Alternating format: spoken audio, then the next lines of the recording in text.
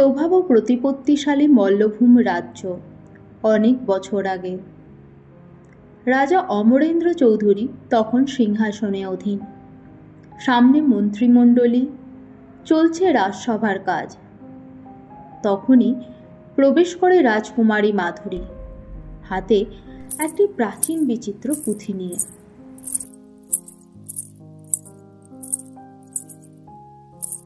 পুঁথিটা তো রাজপ্রাসাদের গ্রন্থাগারের গোপন কক্ষে ছিল, তুমি কি করে পেলে?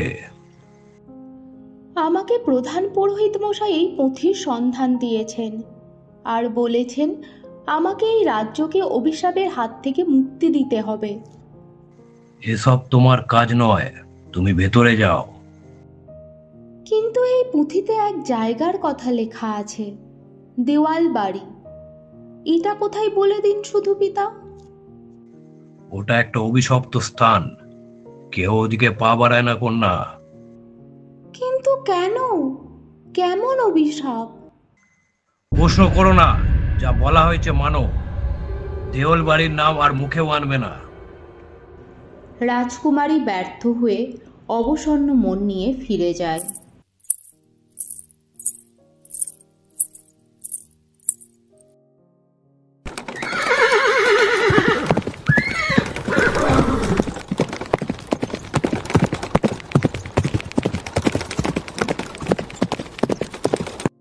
আচ্ছা, ওই যে ওটা রাজকুমারী যাচ্ছেন মনে হচ্ছে না? তাই তো লাগছে, একদম পরীর মতো দেখতে। শুনেছেন রাজকুমার, ওনার মনেও কিন্তু রহস্যের ছোঁয়া আছে। খবর পেলাম উনিও নাকি দেওয়াল বাড়ি যাওয়ার মতলব আসছেন। তাহলে আমিও সেদিন ওনার সঙ্গী হব। সন্ধান নাও আর আমাকে জানাও কবে যাচ্ছেন উনি।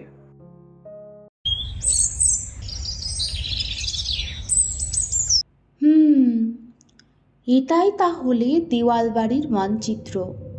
পথ একটু দুর্গম মনে হচ্ছে। আমি কি একা একা যেতে পারবো ওখানে, নাকি সৈন্য নেবো সাথে? কিন্তু সৈন্য নিলে তো পিতা জেনে যাবেন। সময় ঠাকুমা প্রবেশ করেন ঘরে। বাছা, তুমি কি দেওয়াল বাড়ির মানচিত্র দেখছো? এটা মনে মনে কি তাহলে তুমি দেওয়াল বাড়ি যাওয়ার সংকল্প করেছ? তুমি জানো রাজা মশাই যদি জানতে পারেন এ ব্যাপারে, খুব একটা ভালো হবে না কিন্তু পরিণতি। ঠাকুমা, আমার মনে হচ্ছে এই দেওয়াল বাড়িতে কিছু একটা আছে যা আমাকে জানতেই হবে। রাজ্যের সত্য, এই রাজ্যের অতীত, সব কিছু। কিন্তু বাছা, এতে যে আরো ক্ষতি হতে পারে তোমার। সত্যকে যে জানা এত সহজ নয়।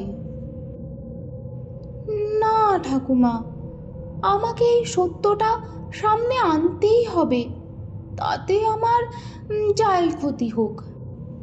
ঠিক আছে, তুমি যখন কথা শুনবেই না, করো যা ঠিক মনে করো। তবে একটু দেখে শুনে করো। আমি জানতে পেরেছি রাজকুমার রাঘবেন্দ্র দেওয়াল বাড়ি বিষয়ে খুব উৎসাহ আছে। দেওয়াল বাড়ি গেলে তুমি ওনাকেও সঙ্গে নিও। রাজকুমার রাঘবেন্দ্র? সে কে? আর সে আমারই বা সাহায্য কেন করবে? উনি পাশের রাজ্য বিশালপুরের রাজা সেতুপতির একমাত্র পুত্র রাজকুমার রাঘবেন্দ্র। তবে ছদ্মবেশে আছেন এখন এখানে। আর তোমার বাবা তোমার জন্য ওকেই পছন্দ করে রেখেছেন। এই রাজ্যের উনি ভবিষ্যৎ জামাতা। ঠাকুমা, কি যে বলো না। আমি ওকে খবর পাঠাচ্ছি বাছা, আর যা করবে সাবধানে করো। আমি চললাম এখন। এই বলে ঠাকুমা বিদায় নেন আর রাজকুমারী নিজের খেয়ালে ডুবে যায়। পিতা তাহলে আমার বিবাহ নিশ্চিত করেছেন, তার মানে আমার হাতে এখন সময় কম, যত তাড়াতাড়ি সম্ভব দেওয়াল বাড়ি যেতে হবে। কাল রাতেই তাহলে যাত্রা শুরু করব। পরদিন রাতে রাজকুমারী বেরিয়ে পড়ে দেওয়াল বাড়ির উদ্দেশ্যে। এই রাতটাই সুযোগ আছে আমার কাছে, আজ রাতেই আমাকে সত্যিটাকে বের করতেই হবে।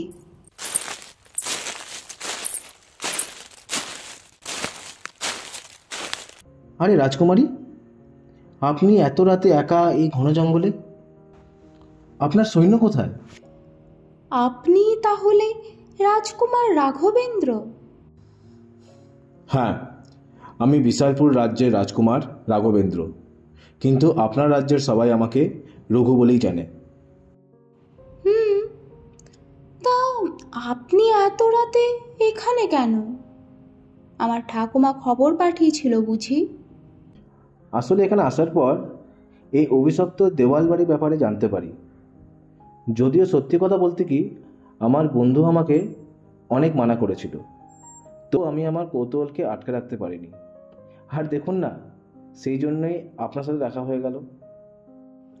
ঠিক আছে, চলুন তাহলে। এখন রাত শেষ হবার আগেই আমাদের ফিরতে হবে, না হলে সবাই জেনে যাবে যে আমি প্রাসাদে নেই। নিশ্চয়ই, শুভ কাজে আর দেরি করে লাভ নেই।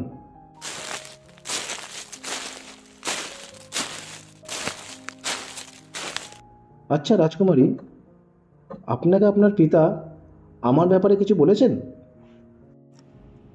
পিতা কিছু জানাননি, তবে ঠাকুমা বলেছেন আপনি পাশের রাজ্য বিশালপুরের একমাত্র রাজকুমার রাঘবেন্দ্র। ও, আর কিছু বলেননি? কই না তো, কিছু বলতে হতো বুঝি? না, সেরকম কিছু না। উনি যখন ঠিক মনে করবেন তখন নিশ্চয়ই বলবেন। ওই যে দূরে একটা ভাঙা মন্দির দেখা যাচ্ছে না? মনে হচ্ছে ওটাই দেওয়াল বাড়ি হবে। আমারও তাই মনে হচ্ছে। চলুন কি একবার দেখা যাক। দেখুন, মানচিত্রের চিহ্নটা তো বলছে এটাই সেই অভিশপ্ত দেওয়াল বাড়ি। এই বলে তারা একসাথে হাঁটতে থাকে। সামনে ধূসর রঙের ধ্বংসপ্রাপ্ত এক মন্দির, দেওয়াল বাড়ি। প্রবেশ করে তারা।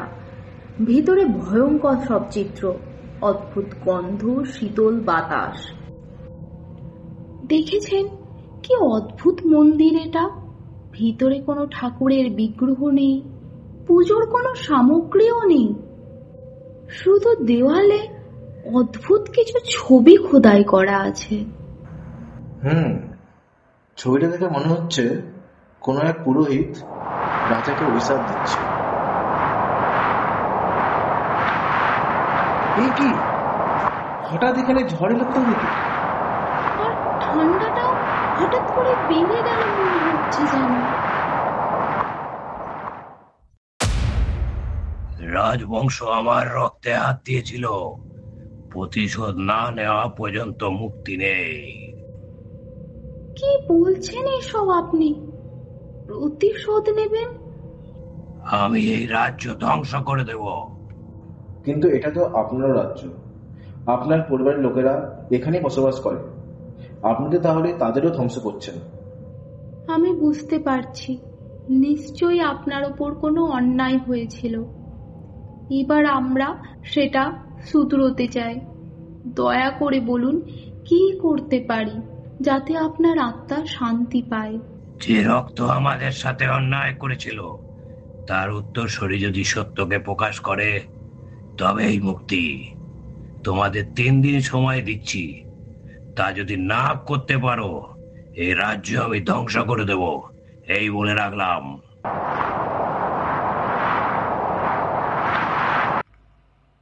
রাজকুমার, আমাদের হাতে সময় কম আছে, তাড়াতাড়ি চলুন ফেরত যাই। আমাকে জানতে হবে এখানে কি অন্যায় হয়েছিল। হ্যাঁ, আর তার প্রায়শ্চিত্ত করার জন্য আমাদের ব্যবস্থাও করতে হবে। এরপর রাজকুমারী মাধুরী ও ও রাজকুমার রাঘবেন্দ্র ঠাকুমার কাছে ফিরে আসেন। কাঁদতে কাঁদতে মাধুরী সমস্ত কথা খুলে তার ঠাকুমাকে বলে। তোমার ঠাকুরদা এক বড় অন্যায় করেছিলেন। এক সত্যিকারের যোগ্য পুরোহিতকে তিনি হত্যা করেছিলেন, কারণ ওই পুরোহিত মশাই কোনো অন্যায়কে প্রশ্রয় দিতেন না। তাহলে ঠাকুমা, আমরা কি করব এখন? তাহলে কি এই রাজ্যের পতন নিশ্চিত? আমাদেরকে রাজ্যবাসীর সামনে সত্যকে প্রকাশ করতে হবে, আর ওই পুরোহিত মশাইয়ের আত্মার শান্তির জন্যে মুক্তির যোগ্য করতে হবে। ওনার কাছে ক্ষমা চাইতে হবে, আর কোনো উপায় নেই। চলুন তাহলে আমরা সবাই মিলে রাজামশাইকে বোঝানোর চেষ্টা করি। এরপর রাজকুমারী মাধুরী, রাজকুমার রাঘবেন্দ্র আর ঠাকুমা তিনজনে মিলে রাজাকে সমস্ত কথা খুলে বলে। রাজা প্রথমে রাজি না হলেও পরে রাজ্যের শান্তির জন্য রাজি হন, আর আগামীকাল পূর্ণিমার রাতেই যজ্ঞের ব্যবস্থা করা হয়। পরদিন পূর্ণিমার রাতে সেই দেওয়ালবাড়ি মন্দিরের মধ্যে রাজামশাই রাজকুমার রাঘবেন্দ্র ও রাজকুমারী মাধুরীকে নিয়ে যজ্ঞ শুরু করেন। আগুনের লেলিহান শিখা আর মন্ত্রোচ্চারণে পুরো মন্দিরের বাতাস ভরে যায়। এক অসাধারণ পরিবেশ তৈরি হয়। এমন সময় হঠাৎ সেই পুরোহিতের আত্মা আবির্ভূত হয়। আমি ক্ষমা চাই রাজবংশের পক্ষ থেকে। আপনার উপর যা অন্যায় হয়েছে তা তো ঠিক করতে পারবো না আমি, কিন্তু আপনার আত্মার শান্তির জন্য যদি কিছু করতে পারি বলুন দয়া করে। তুমি রাজা হয়েও যে নিজের অহংকার ত্যাগ করে এসেছো, আমি তাতেই সন্তুষ্ট। এবার আত্মা শান্তি পাবে, আর আমার আশীর্বাদও তোমার ও তোমার রাজ্যের ওপর সব সময় থাকবে। এই বলে পুরোহিতের আত্মা ধীরে ধীরে অদৃশ্য হয়ে যায়। বাতাস থেমে যায়, শান্তি নেমে আসে, রাজ্য অভিশাপ মুক্ত হয়। এরপর রাজ্যবাসীরা আনন্দ আর শান্তিতে দিন কাটাতে থাকে।